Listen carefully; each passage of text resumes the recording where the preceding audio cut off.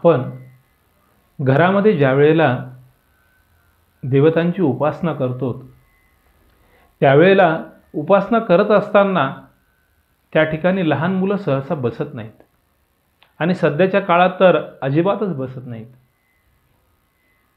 कारण त्यांना मोबाईल इत्यादी अनेक त्यांच्या त्या मनामध्ये भ्रम निर्माण करणारे आणि चित्त विचलित करण्यासाठी म्हणून कारण ठरणारे अनेक वस्तू आहेत. परंतु जर लहान वयामध्ये बाल्य अवस्थेमध्ये ज्या मुलावरती जातकावरती चांगले संस्कार होतात, सत्य आणि शाश्वत ज्ञानाचे संस्कार होतात, तो मुलगा त्याच्या जीवनामध्ये चांगलं कार्य तर करतोच, परंतु भगवान श्रीकृष्णांना आणि परमात्म्याला अत्यंत जवळून ओळखू लागतो. त्यामुळे आपल्या मनामध्ये असा भाव असतो की लहान वय हे खेळण्याचं आहे, तरुण वय हे काम करण्यासाठी आहे आणि ज्या वेळेला शरीर थकतं त्यावेळेला वृद्धावस्था ही भगवंतांचं पूजन करण्यासाठी, यजन करण्यासाठी, तीर्थयात्रा करण्यासाठी आहे.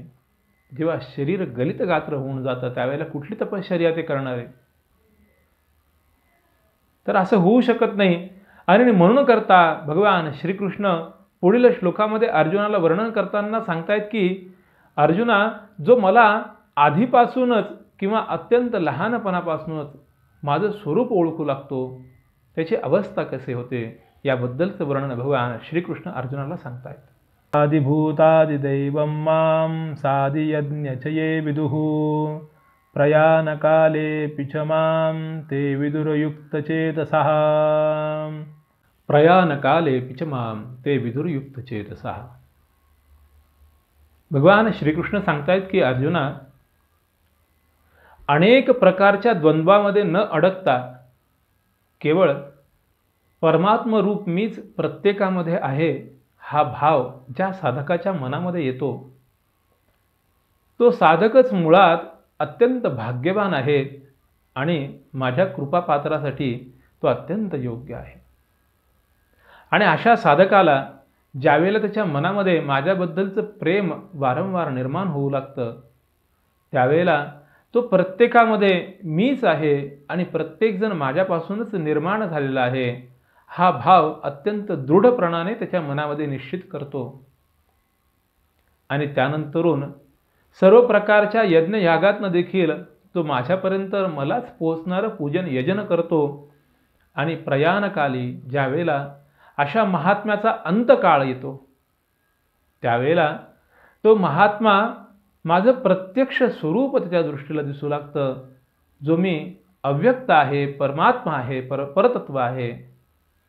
कारण प्रत्येक चराचर सृष्टीमध्ये मीच आहे हा भाव त्याला ज्यावेळेला कळतो त्यावेळेला त्याच्या त्या अंतकाळी किंवा प्रयाणकाळी सर्व स्वरूप माझंच आहे, सर्व विष्णुमयम जगत हा भाव त्याच्या मनामध्ये निर्माण होतो. आणि हा भाव ज्यावेळेला मनामध्ये येतो त्यावेळेला त्या साधकाची जी अवस्था आहे याचं वर्णन भगवान श्रीकृष्णांनी केलेलं आहे. हे वर्णन ऐकताना आपल्या सहज चिंतनामध्ये विचारामध्ये एका महात्म्याचं नाव येतं, ते म्हणजे माऊली ज्ञानेश्वर महाराज. ज्ञानेश्वर महाराजांची केवळ 21 वर्षाच्या वयामध्ये अशी अवस्था होती की त्यांना ब्रह्मतत्वाचं आणि शिवशक्तीचं इतकं ओढ लागलेली होती की ते ज्या वेळेला ध्यानात बसायचे सकाळी बसले तर संध्याकाळ केव्हा होऊन जायची त्यांना कळत नसत. रात्र चाललेली आहे की दिवस आहे हा भेद सुद्धा त्यांच्या मनातून निघून गेलेला होता. आणि केवळ जगराहाटी म्हणून ते जीवन जगत होते, परंतु स्वतःच्या आत्म्याला परमात्म्यामध्ये केव्हाच त्यांनी विलीन करून घेतलेलं होतं. केवळ जगाच्या दृष्टीने म्हणून माऊलींनी संजीवन समाधी घेतलेली आहे.